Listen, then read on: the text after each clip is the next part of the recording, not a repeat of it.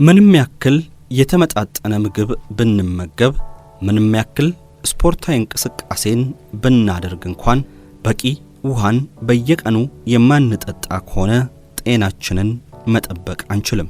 አንዳንድ ጥናቶች እንደሚያሳዩት ከሆነ በዓለማችን ላይ ከሚገኘው ሕዝብ ግማሽ ያክሉ በቂ ውሃን ካለመጠጣት ለተለያዩ በሽታዎች ሲጋለጥ ይታያል።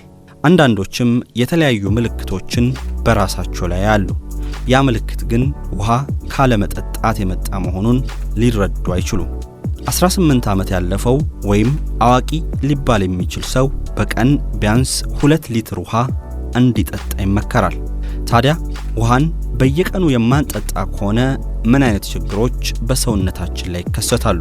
በዛሬው ቪዲዮአችን በቂ ውሃን እየጠጣችሁ እንዳልሆነ የሚያሳዩ 12 ምልክቶችን አብረን እናያለን። ላይክ፣ ሼር እና ሰብስክራይብ እያደረጋችሁ እስከ ፍጻሜው አብራችሁን ቆዩ። የሰው ልጅ 60% ከውሃ ነው የተሰራው ይባላል። ለዚህም ሲባል ታዲያ በየቀኑ በቂ ውሃን መጠጣት አለብን።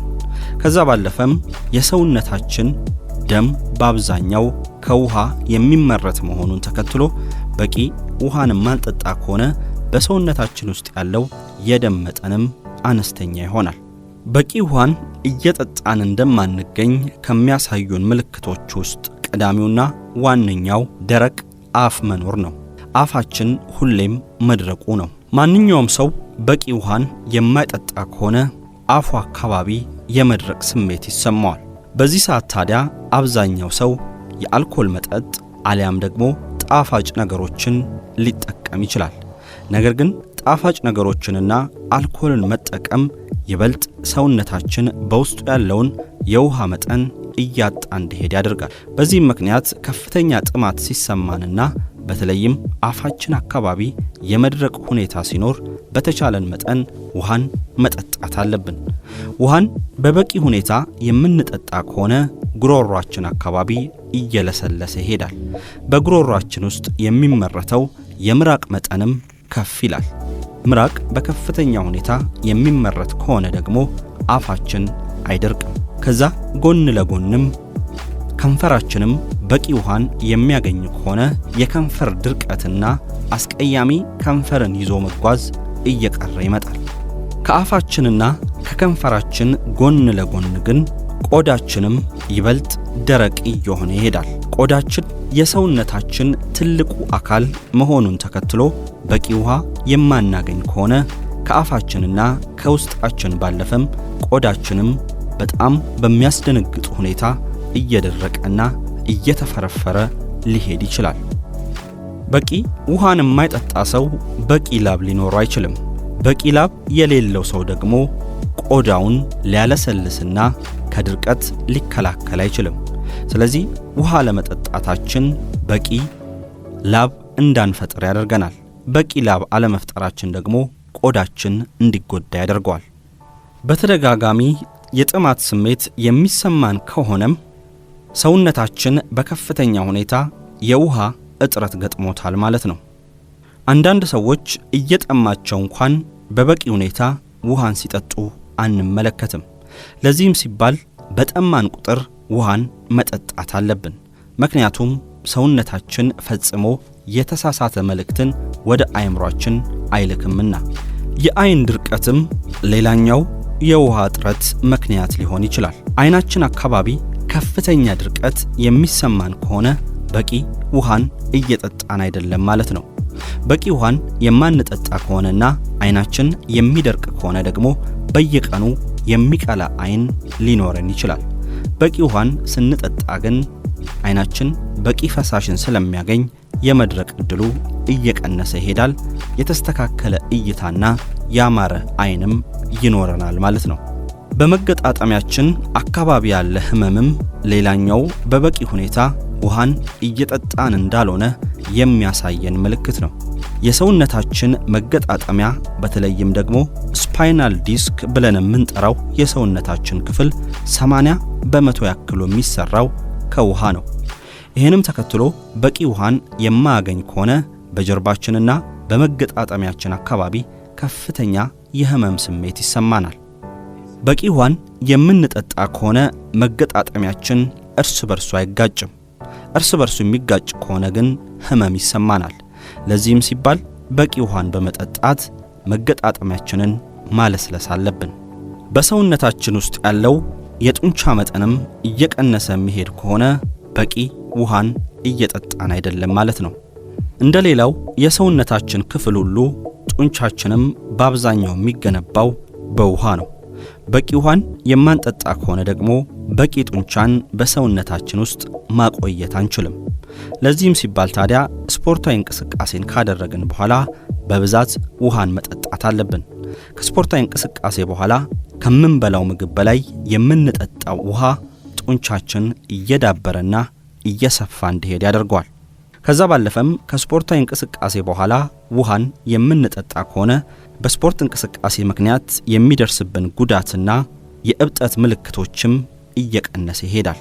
ለረጅም ጊዜ በህመም ውስጥ ማሳለፍም ሌላኛው በቂ ውሃን እየጠጣን እንደሌለ የሚያሳየን ምልክት ነው።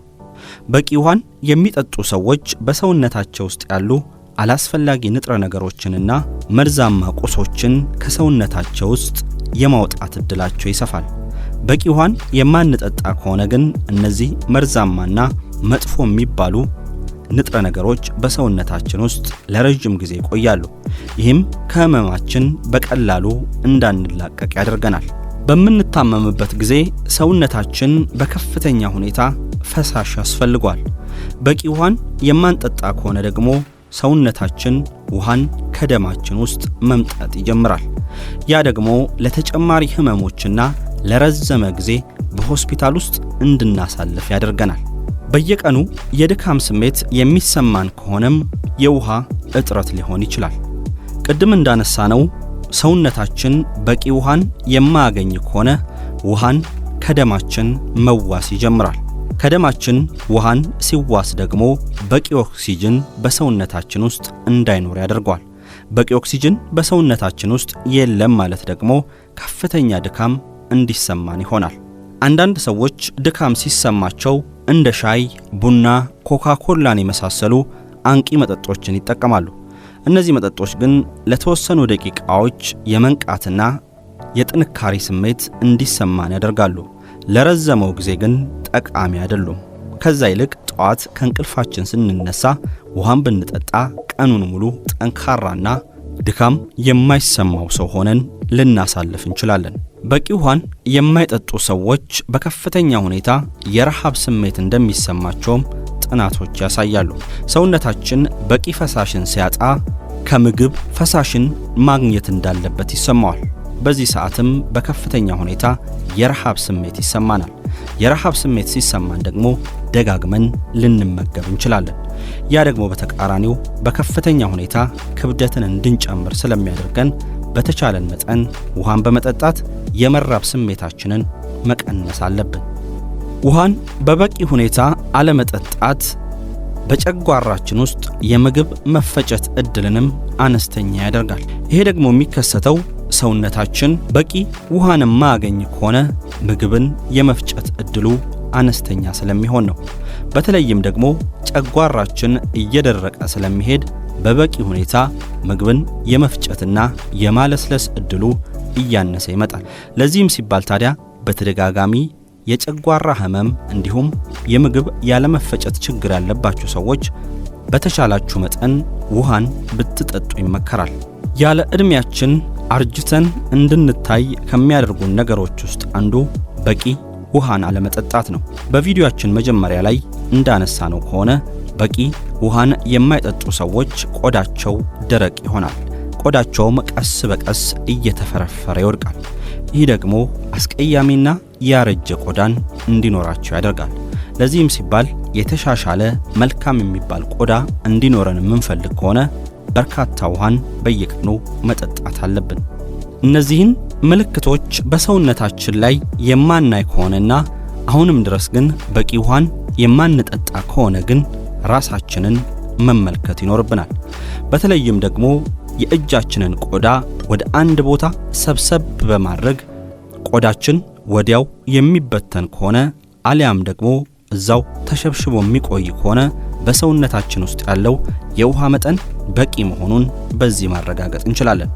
በሰውነታቸው ውስጥ በቂ ውሃ የሌላቸው ሰዎች ቆዳቸው ወደ አንድ ቦታ ሲሸበሸብ ተመልሶ ወደ ቦታው ለመመለስ ብዙ ሴኮንዶችን ሊጠይቅ ይችላል። በቂ ውሃ በሰውነታቸው ውስጥ ያላቸው ሰዎች ግን ቆዳቸው ወዲያው ወደ ቦታው ይመለሳል።